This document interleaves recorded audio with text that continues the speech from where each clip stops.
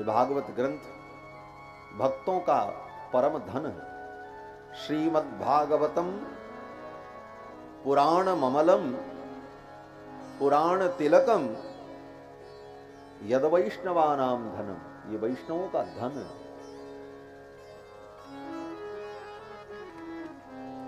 ये वैष्णवों की, भगवान के भक्तों की परम संपत्ति है।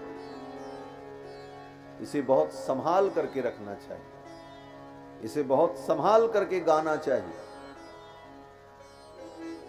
इसीलिए गोस्वामी जी कहते हैं, जे गावहि यह चरित संहारे ते ये ताल चतुर रखवारे।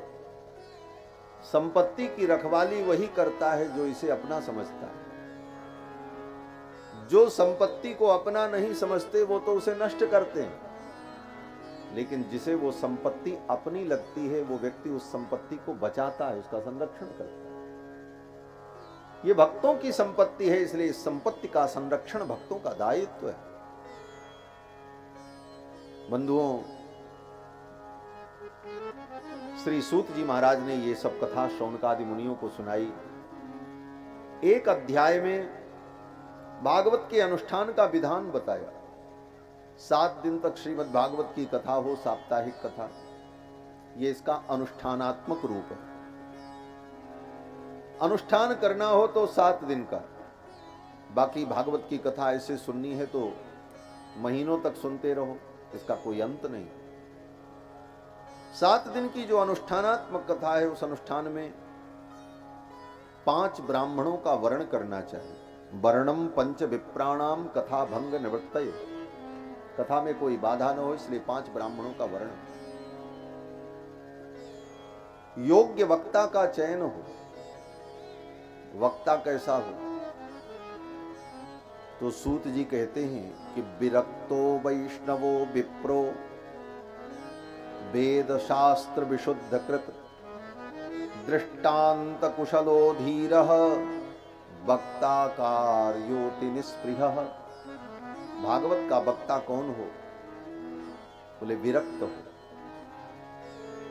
विरक्त का मतलब वैराग्य से युक्त हो और संसार में उसकी आसक्ति न हो, ऐसा पुरुष हो। और वैष्णव हो, भगवान का भक्त हो। बहुत बड़ा विद्वान हो लेकिन भगवान का भक्त न हो, बोले उससे कथा नहीं सुननी चाहिए। क्यों? बोले वो व्याख्या तो कर देगा, व्याकरण शब्द कोशादि का ज्ञान होने पर पंक्तियों की व्याख्या तो वो कर देगा, लेकिन उसकी व्याख्या से आपके हृदय में भक्ति और ज्ञान का संवर्धन नहीं होगा। वो तो तब होगा जब कोई भक्त सुनाएगा। इसलिए वैष्णव से कथा सुने। वैष्णव का मतलब भगवान का भक्त, भगवत प्रेमी। विरक्तो वैष्णवो। और तीसरी विशेषता बोले विप्रो ब्राह्मण। भागवत का वक्ता विरक्त वैष्णव ब्राह्मण। वेद शास्त्र विशुद्ध कृत, जिसने वेद शास्त्र को पढ़ा हो और ठीक से पढ़ा हो, विशुद्ध रूप से पढ़ा हो, परंपरा से पढ़ा हो। दृष्टांत कुशलो धीरः, अनेक प्रकार के दृष्टांत और उदाहरण देकर के जिसके अंदर समझाने की क्षमता हो, उसके द्वारा भगवान की ये कथा श्रवण करनी चाहिए। आज तो ये स्थिति है कि महिलाएं भी व्यासपीठ पर बैठ करके भागवत बांच रही हैं।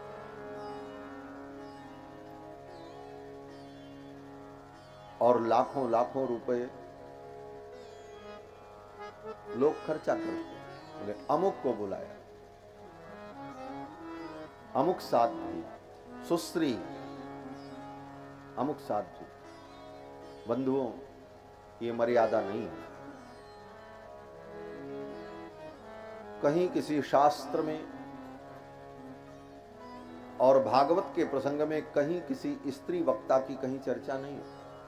कथा किसने सुनाई? बोले सूत जी ने सुनाई, सुखदेव जी ने सुनाई, वेद व्यास जी ने सुनाई, सनकादिकों ने सुनाई, गोकर्ण जी ने सुनाई। नारद जी ने सुनाई। कहीं किसी स्त्री वक्ता की चर्चा है, इसको आप अन्यथा न लें।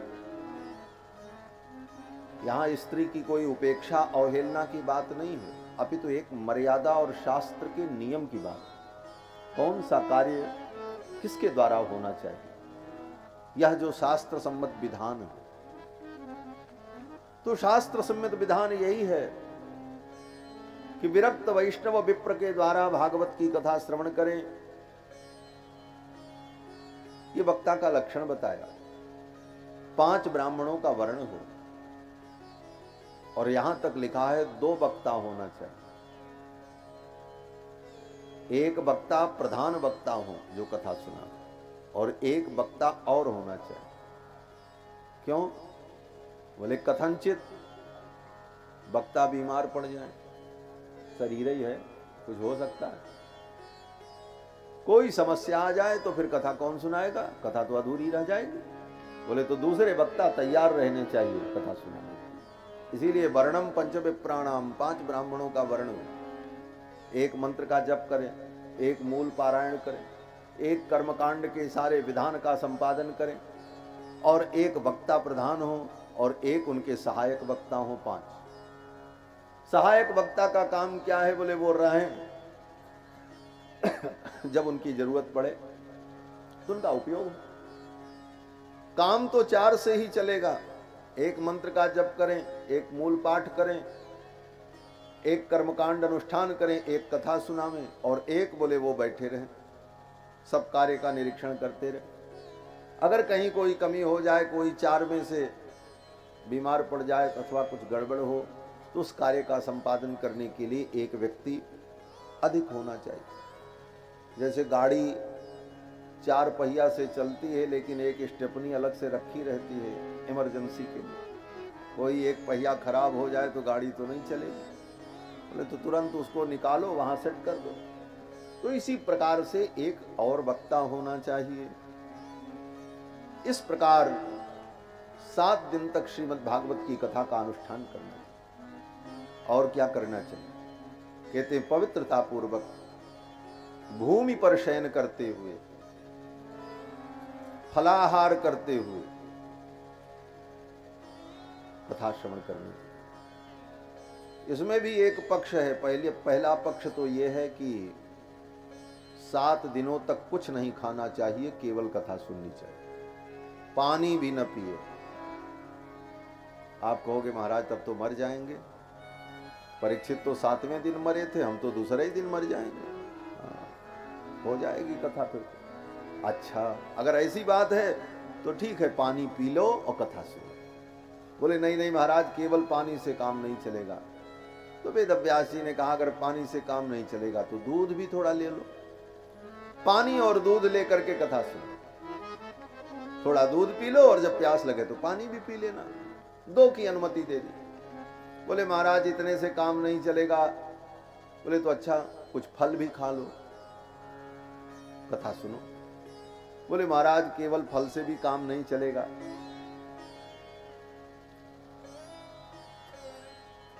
बिना अन्न के हमारा काम नहीं चलेगा।